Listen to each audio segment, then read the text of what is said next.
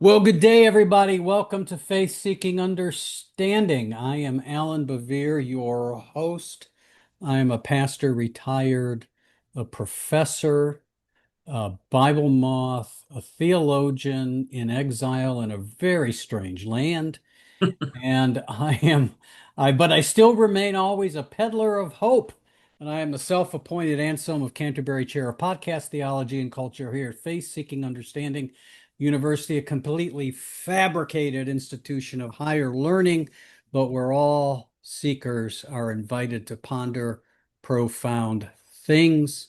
And I'm coming to you from my new studio here, having moved. And what you see is the back of my study. It's all out here. Anyway, it's a new place, new gig.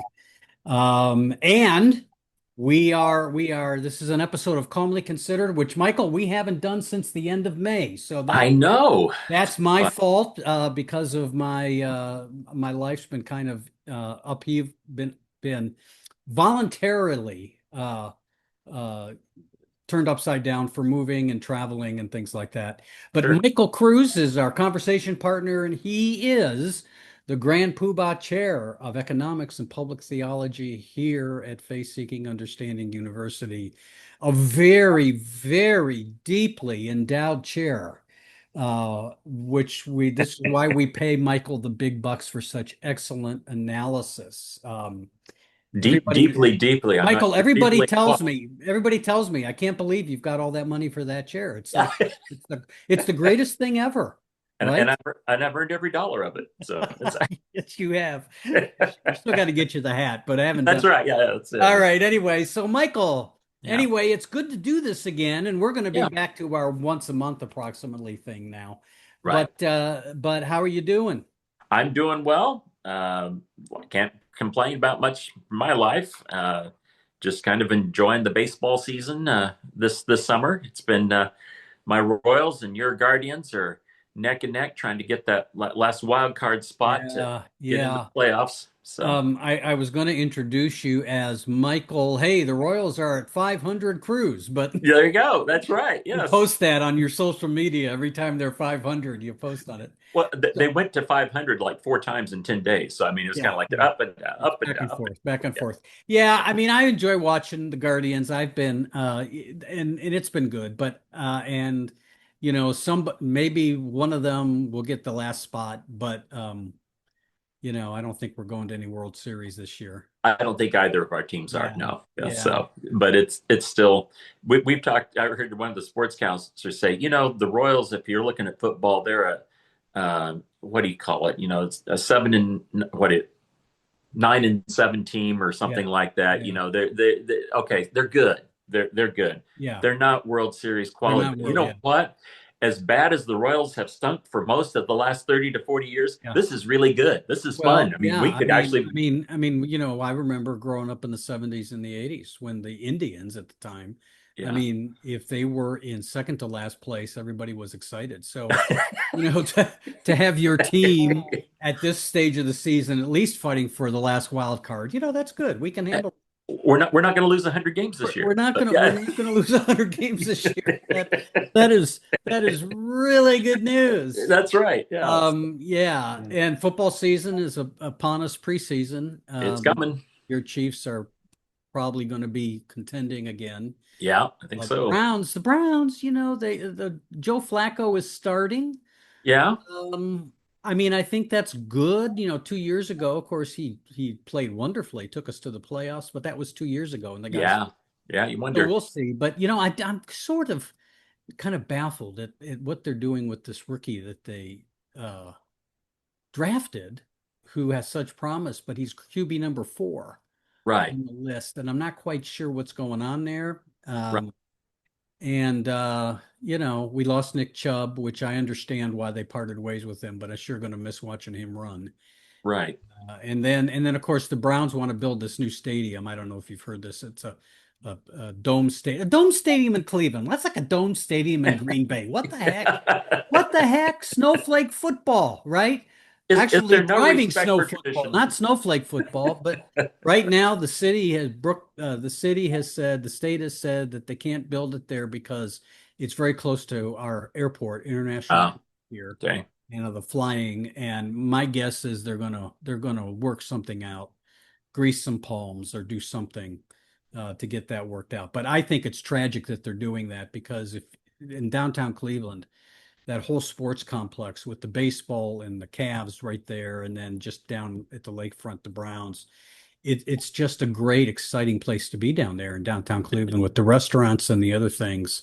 And just to pull the stadium out of there, I just think, Jimmy Haslam wants his dome. Yeah, I just yeah, I'm not a fan, but yeah. whatever. Well, I tell you, if you can get them to get to a resolution on stadiums, be sure to send that team to Kansas City because if we could ever figure I know. It's this is such crazy. a chaos. It It's is crazy. crazy that nobody can make decisions. So yeah, Yes, it is crazy. Well, speaking of chaos, let's get into our subject there today. we go. So we're Nice going to lead in. talk about Trump economics, Yeah, Trumponomics. and just go through some of the things that are happening, and also going through some of his claims about what's happening at the economy with the economy right now, which doesn't match up with what's really going on. But we'll get to that. So, but first, wanted to ask you a couple of questions, and we're going to start out with the first comment, and that Yeah, is your comment is your assessment of what makes for a healthy economy.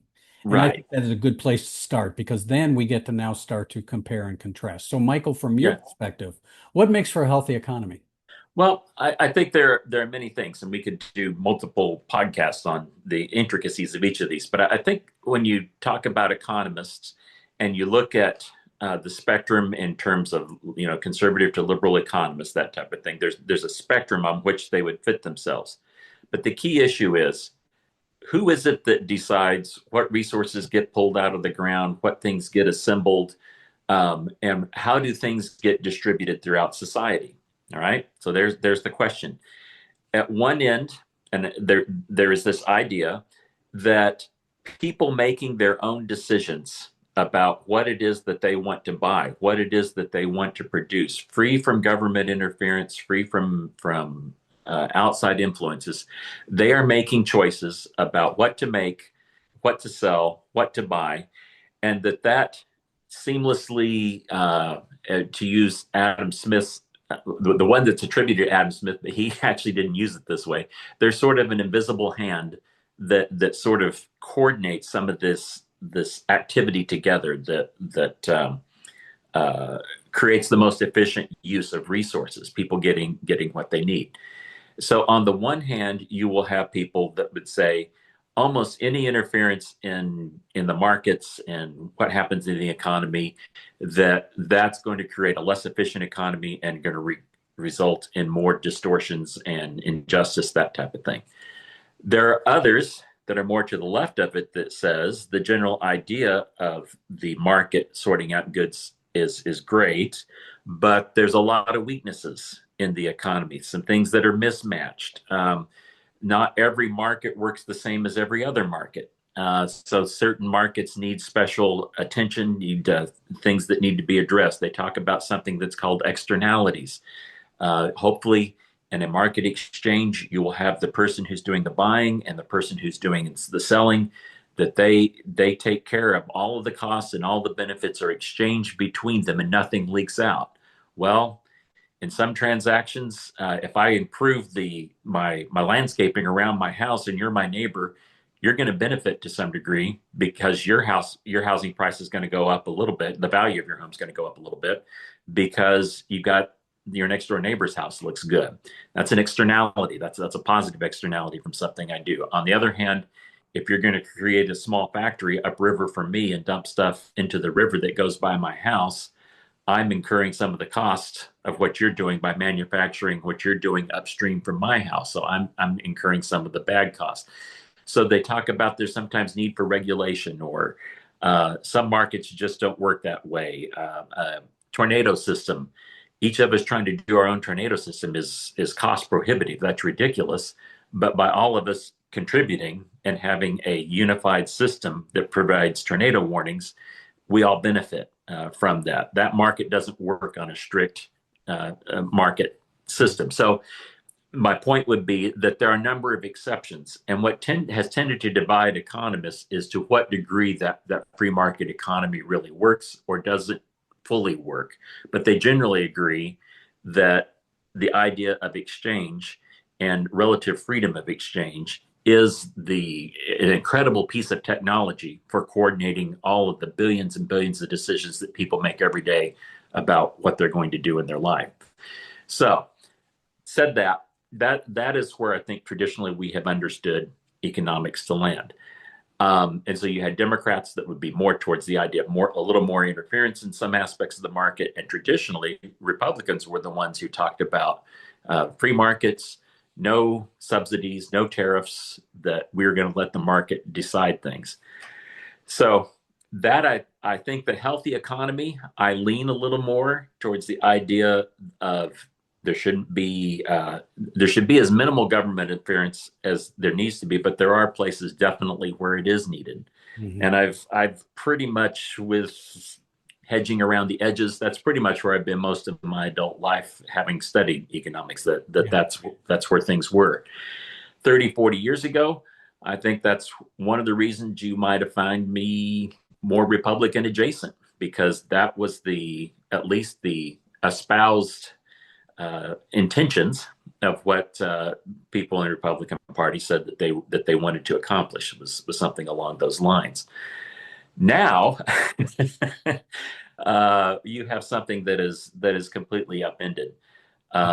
You now have basically the Republican Party under Trump over these past 10 years has largely abandoned the idea of markets, an informal system of people making choices, sort of sui generisly creating well-being for others, as now being something that needs to be directed either directly or indirectly by the state, and particularly an autocrat at the top of things.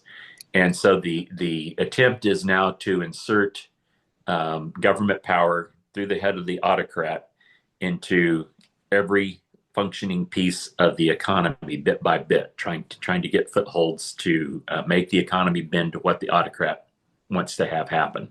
And the Democrats have been guilty of some of that in various small degrees over past years, past decades, at the edges, I think, of the economy. I think what's different now with the Republican Party, you see a 180 flip that is total. The whole economy should be directed and influenced by the government, and instead of seeing another level of getting rid of departments in the federal government because we need more freedom, the idea is to take over those departments and to use those as tools for imposing agendas and imposing ideas on the society, as opposed to giving society freedom. So I think that's where the big flip is. And so if you talk about what is a healthy economy versus what we are having now, that's how I would contrast what's happening under Trump with Trumponomics. You know? Okay, so then the question for you is, how do you see us now, where the economy is now, and assuming things continue as they are, where will we be by the end of the year, do you think? By the end of the year, that is a really hard question. There are so many pieces in play. Let's just take this scenario right now. So you have the tariffs that have been put in place. And I say there's a big question mark here, because it is entirely possible, under almost any other Supreme Court, I'd say it's almost absolutely certain. Under this one, I'll just say it's probable that tariff power that Trump is exercising will be found unconstitutional. Yeah.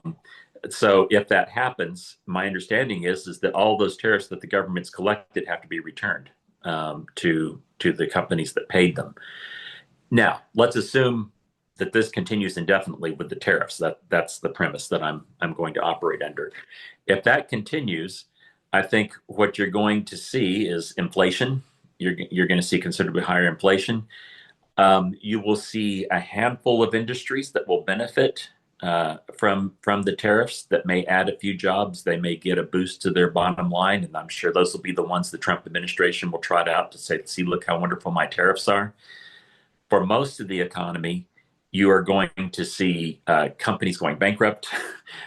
You're going to see severe hits to bottom lines. Smaller businesses hit harder than probably the larger corporations. The larger corporations can maneuver around some of these international issues easier than some of the smaller companies can. I think you're going to see probably higher unemployment going towards the end of the year. And if you have higher unemployment and then you also have increasing inflation, you now have stagflation, Yeah. which was the experience that we had in the 1970s that took us several years and required the painful recession of like 1981 into 1982 or three, whenever that was, to a really severe economic decisions that had to be made in order to right the system again. Um, so I think going into if things keep going as they're going and these tariffs stay in place, I think you're going to see that type of development happen sometime next year. But by the end of this year, right now, the tariffs have been put in place. We are just now beginning to see the first, what I would say, the first evidence of those tariffs. I think certainly by the end of this month, you're going to see a number of things begin to escalate in price, things that are perishable, foods, things like that. Those will be the first, I think, where we're going to see it. And certainly by the time we're getting to mid-October and later, I think you're going to start seeing the full impact of Yeah. those high prices. Yeah. And I say all that with the understanding that one of two things could happen. Trump, who knows, could suddenly backtrack and change his whole tariff scheme. Or number two, the Supreme Court could say those tariffs are unconstitutional. And I don't know what the Trump administration will do Yeah. if that happens. Yeah.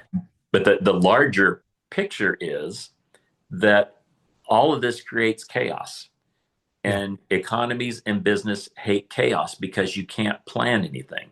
Yeah. And so, no matter which way they go with tariffs, the chaos has created so much uncertainty that companies are not planning, and that's going to hurt their growth. It's going to hurt their bottom line going forward just by the very climate that they're operating in, of Yeah. not knowing how to proceed. They don't know which direction to turn because it's this way this week and now it's this way that week. And so, Right. how do you plan? And they certainly won't be hiring. I mean, if Right, right, and maybe even laying off some people. So right, it's just kind of crazy. So let me ask you a question because you'd mentioned unemployment going up. Um, Obviously the Trump administration, Doge, when it was active, laid off a whole bunch of government workers. They brought some back right, now. I mean, tell me you're incompetent without telling me you're incompetent by just firing people and then having to bring them back, right? right. Yeah, right. But government workers don't figure into the unemployment rate, if I understand it correctly, right? I think there are multiple ways that they present the information, and depending on which one you're looking at, some will include it, So, some so will not. that Yeah, so then my question is, when yeah, you get the unemployment rate, and we'll get to that because Trump had a meltdown because he didn't like the last jobs report. right. Um, is unemployment higher than we're hearing because of this, because of the way because these people are Yeah, out of work, right? They got to find work. right. So is the rate higher? Is the numbers? I mean, how does that work? I don't know that it's what's consequentially, you Okay. know, that much higher. It Okay. it could be. Part of the problem is just getting harder and harder to measure unemployment. I mean that's becoming one of the challenges when you're talking about measuring the labor market, and we can get into some of that a little bit with this whole row that they got in with the Bureau of Labor Statistics. But there are changes in the ways that the labor market works. It's making it harder and harder for the government to get a handle on what's happening. They Right. used to do surveys. Well, I say used to. They still do. They do surveys of companies to find out what they're doing in terms of their hiring. And particularly since COVID, this was already beginning to happen and accelerated during COVID.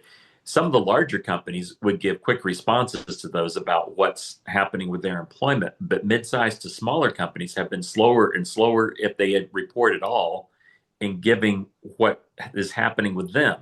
So you always get this initial unemployment number or labor force number that comes out right after the end of the month. That's their estimate based on the surveys they have.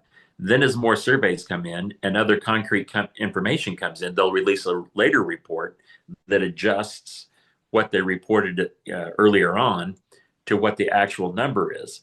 And what they keep finding is, and this is not just this year, this is going back 3 and 4 years. There's been Yeah. multiple instances of this where it turns out that the estimate that they had at the end of the month was way off from what the reality was in both directions. Sometimes more employment than they thought, sometimes significantly less. Yeah. And so there was a team that was assembled to look into this to figure out how we could get more accurate numbers. Some top economists that were coming together to focus as a team to brainstorm how they could do this. Well, that was one of the things that Trump dissolved when he came in office, was didn't want any of that kind of work going on with Bureau of Labor Statistics. And so they're really kind of stuck in a situation of not having the best system, and also for the moment not having a way to institutionally figure out how to improve it. People outside the institution can work on it and try to make suggestions, but institutionally they don't have the resources to be able to improve. Yeah. So, yeah. And let's talk a little bit about that, about Trump, and he didn't like the job numbers coming out. Hmm. This is a typical authoritarian move in Sure. history. Yes. We've Yeah. seen this. We've seen this with Erdogan in Turkey. We saw it with Hitler. We saw it with Stalin. That the bad news was fake. The bad news was bad, was not right, and so instead of trying to embrace the bad news and adjust from there, Right. you just get rid of the person who gives you the bad news, and you get somebody in who'll tell you what you want to hear. What's the Exactly. problem with that? I mean, if let's just say, Yeah. I mean, because economies depend upon this information, and yes, Yeah. sometimes it's problematic. You mentioned That's that, right. that, Yeah. but at least those are good faith efforts, right? Right. To try and Right. figure That's out the what's issue. going Yeah. on. Right. What do you do when you got to put out the numbers that only the dear leader wants, Right. right? In life. Right. What are the large, I mean, the large ramifications of that? Well, eventually, I mean, I think the people that have the money that are making the investments are going to, when they know and understand that the numbers that they're hearing are not legitimate, they become more cautious and reticent about making investments in the economy to do that, because they don't know what the circumstances are. I would say that with something like the Bureau of Labor Statistics, the head of the Bureau of Labor Statistics gets the number that's going to be released like 24, 48 hours before it's released. That's the first they know what the number is. And they're basically passing along the number that all these dozens and dozens of statisticians and people that are collecting the information have put together. Yeah. And those people are from across the spectrum politically and economically, and work in various specialties, and they pull all this stuff together. And that's where you get your number from. So you can change the person at the top, but I think Trump and some of these others may underestimate the commitment that these people have, the underlings that are working in this, to preserving their own careers and their own credibility. And they're not going to be a part of pledging numbers to make it come out the way that Trump wants it to come out. And should that begin to happen, there are alternative sources, alternative ways of trying to get at the Yeah. same information that aren't going to square up with that. Now, Yeah. what it will do is create more chaos. I mean, that's just part of what's going on. But I think you'll find investors will begin looking for alternative ways to try to figure out, Yeah. what the true story is.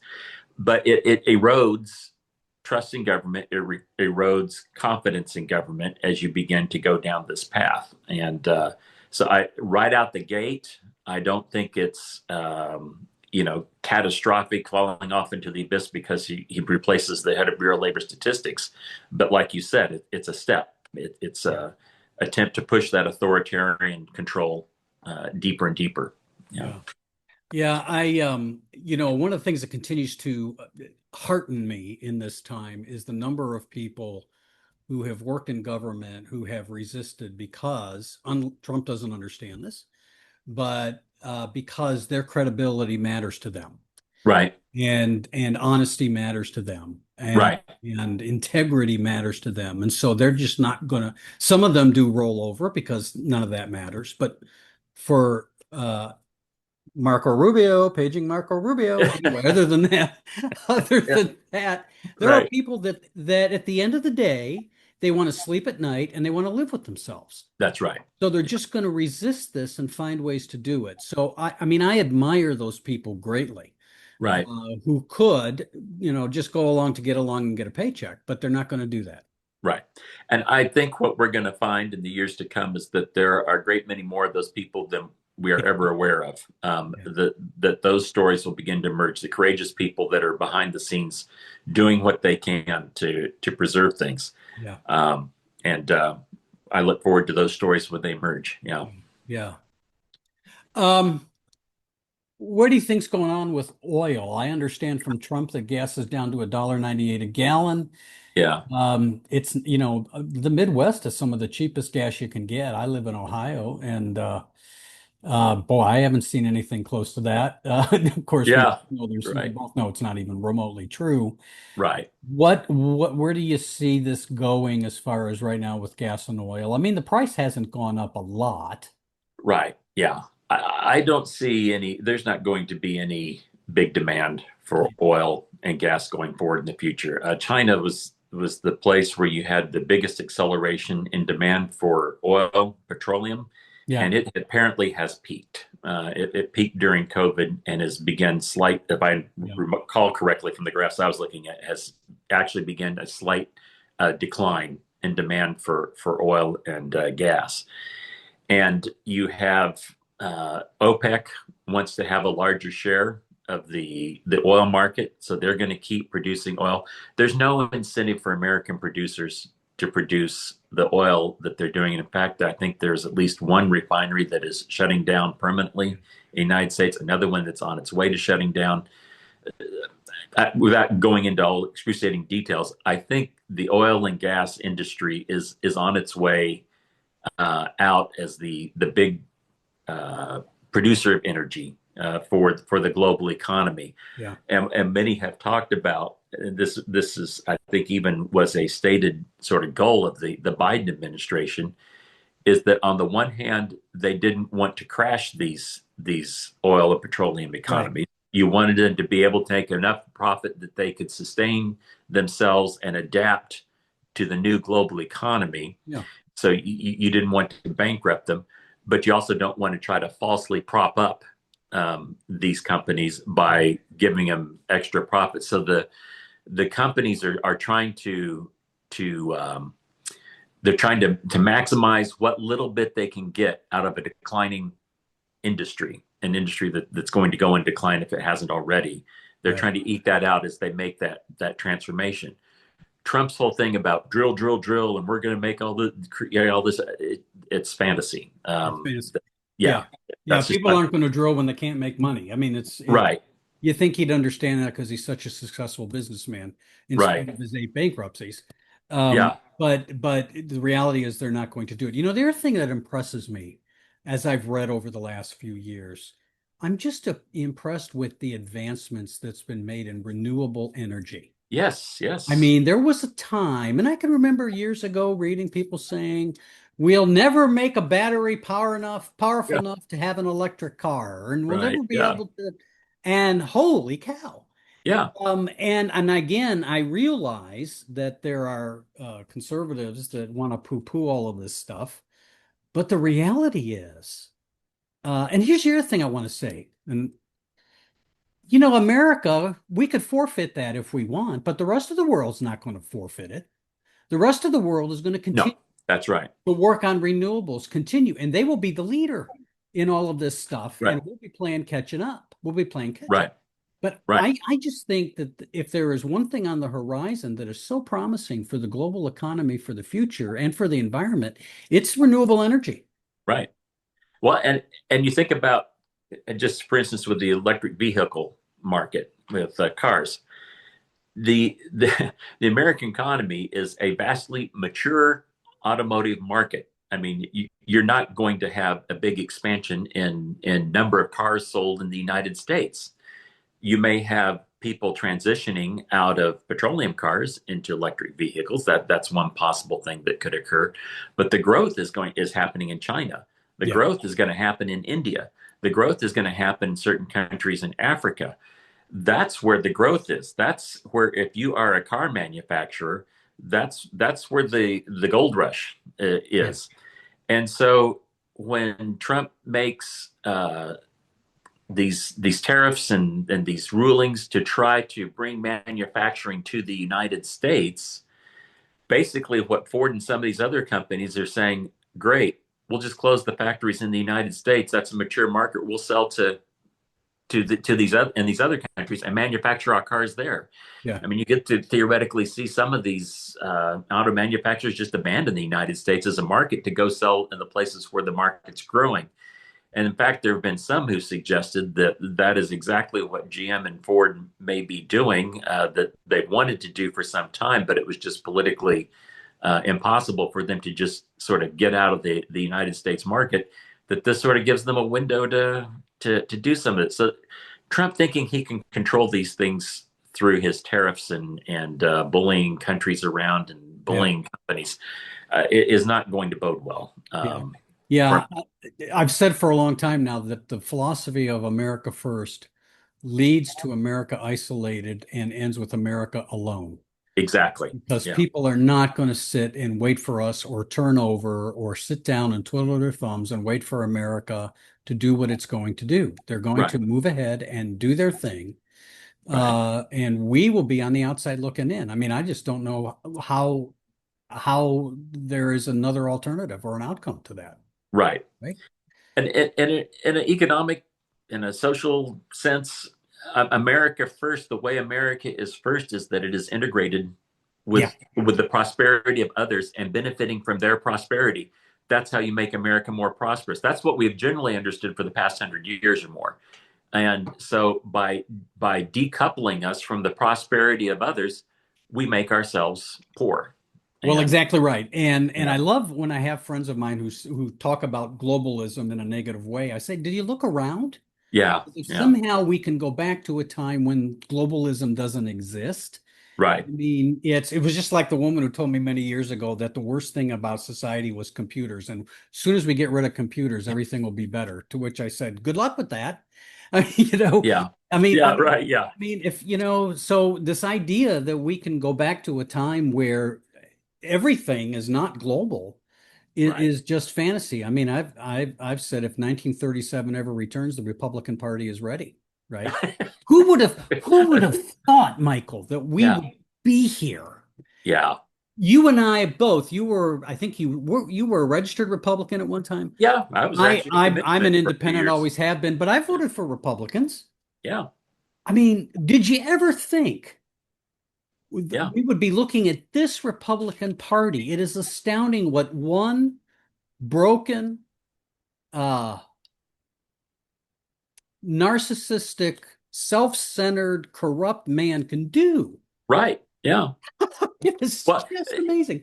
it's and I can go down a whole list of these, but I mean, so we're talking about tariffs. I mean, this is the world turned upside down from even just 10 years ago, of what Republicans would talk about. One other example, I'll just give you one of the things in terms of regulation, managing markets, and so on. One of the things I've been very critical of is zoning regulations and housing restrictions, environmental study, all this stuff that creates all these layers that makes it impossible for local economies to adapt. It tends to lock in people with wealthy neighborhoods. It tends to defeat affordable housing. Yeah. I've been arguing that since late 1980s, and that is one issue from which I have not deviated. I've changed on some things in my life. That's one thing on which I've not deviated. Guess what Gavin Newsom did about 2 months ago?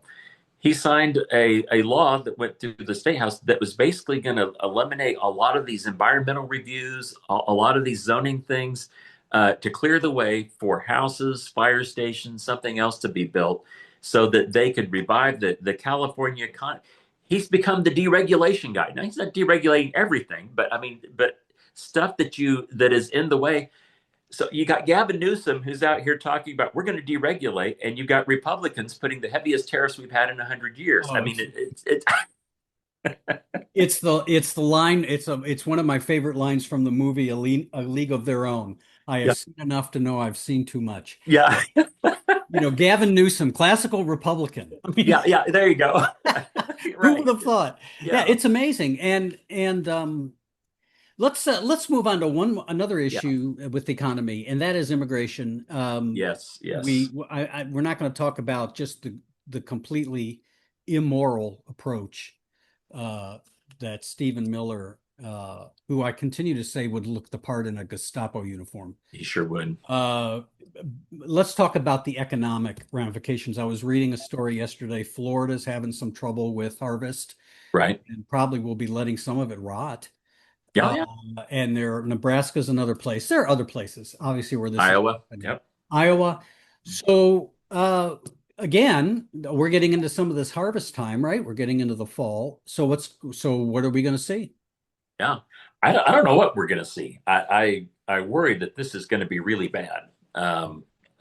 Between the tariffs of not being able to, um, say tariffs, we impose tariffs on other countries. They in turn impose reverse tariffs on us. So we're not selling the stuff. USAID, we used to send billions and billions of dollars worth of crops to other countries through USAID. That program was ended.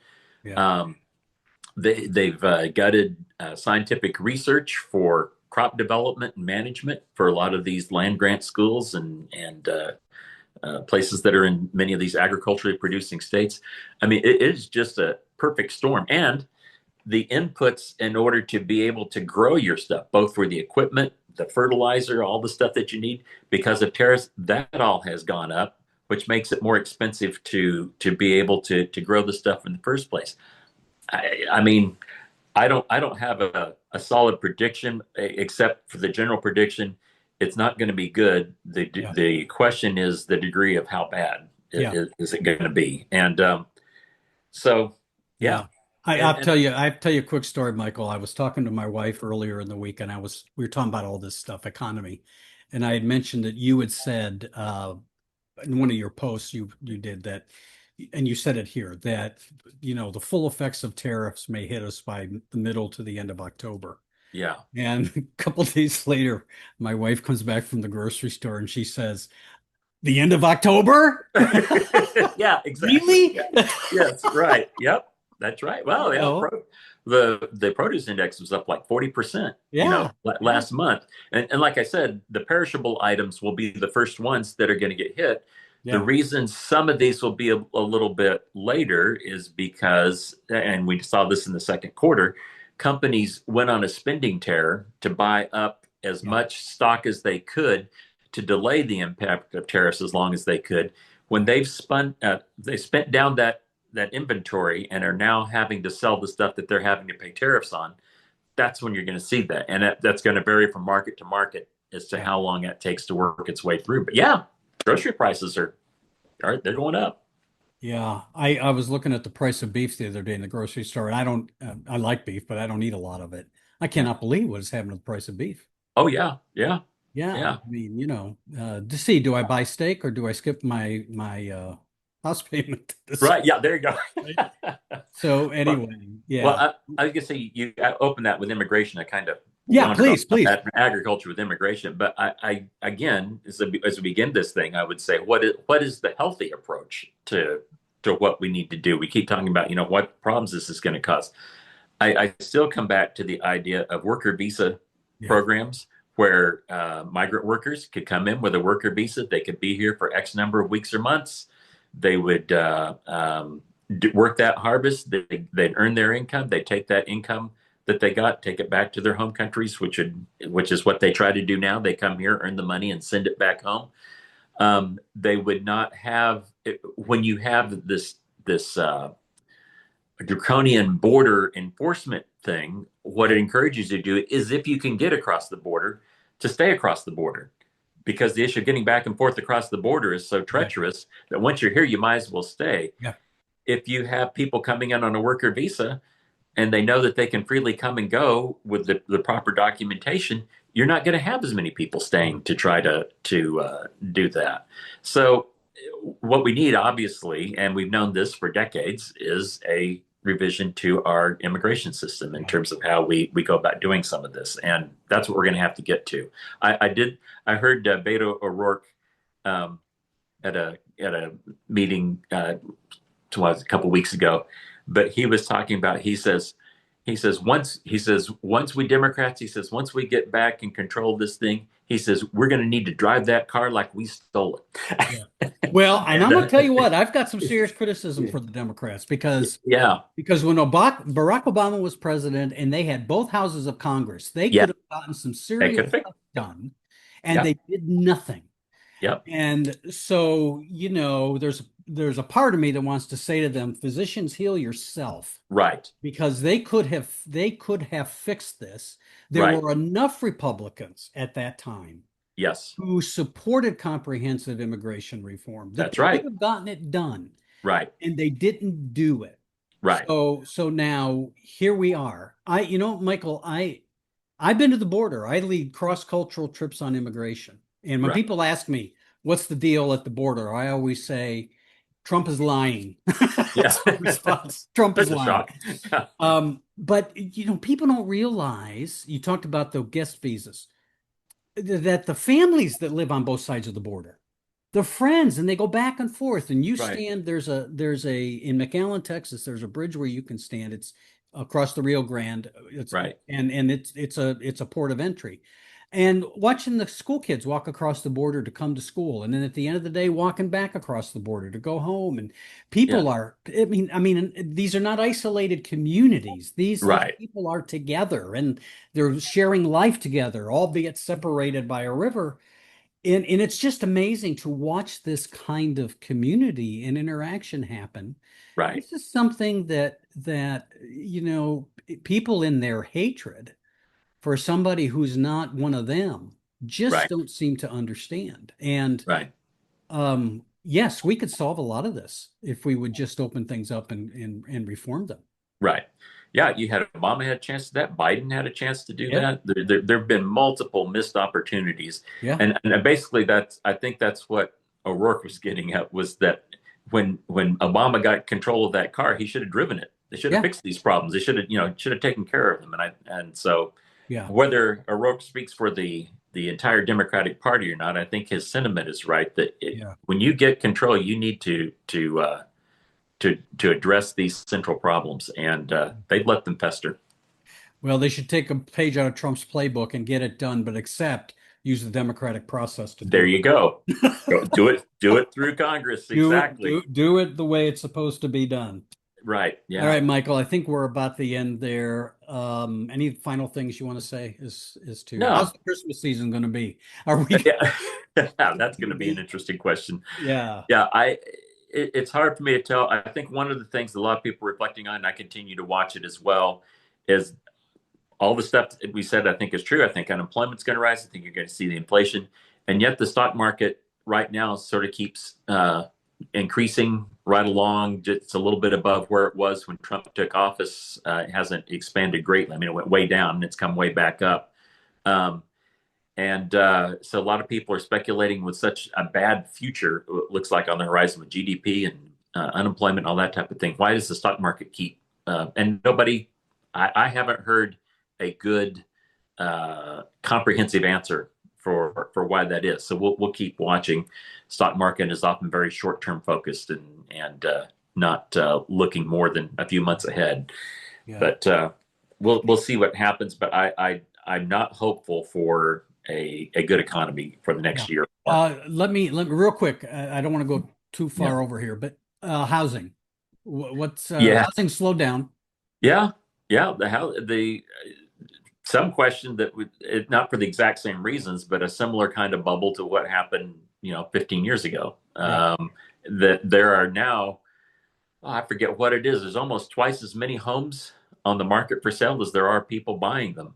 yeah, People are wanting to move to get out of their homes. There, some are, but people are so again uncertain about the economy. There's the uncertainty again that they're afraid to sell their homes and to get out of the situations that they're in. Right. I mean, I should say get out of the homes to buy a new home because they don't know, what the circumstances are. So, builder confidence. They're talking about the builders and confidence selling their homes is at a like a 15-year low. Yeah.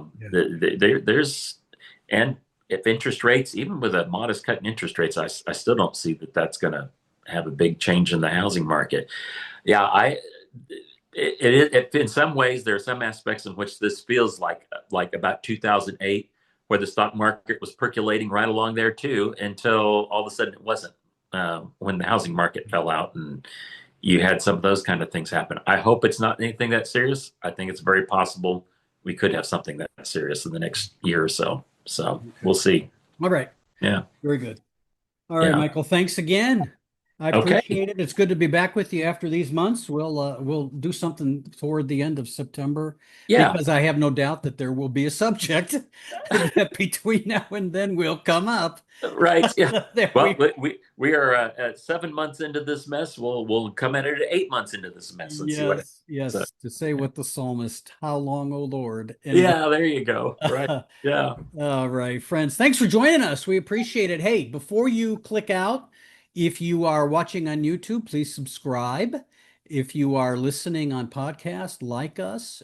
Feel free to leave a comment if you have a comment, and we certainly read those. And so anyway, we'll be back next month. This is Faith Seeking Understanding. I am Allan Bevere, your host, and the patron saint of Faith Seeking Understanding is Anselm of Canterbury, who said, I do not understand in order to believe, but I believe in order to understand. So friends, keep seeking.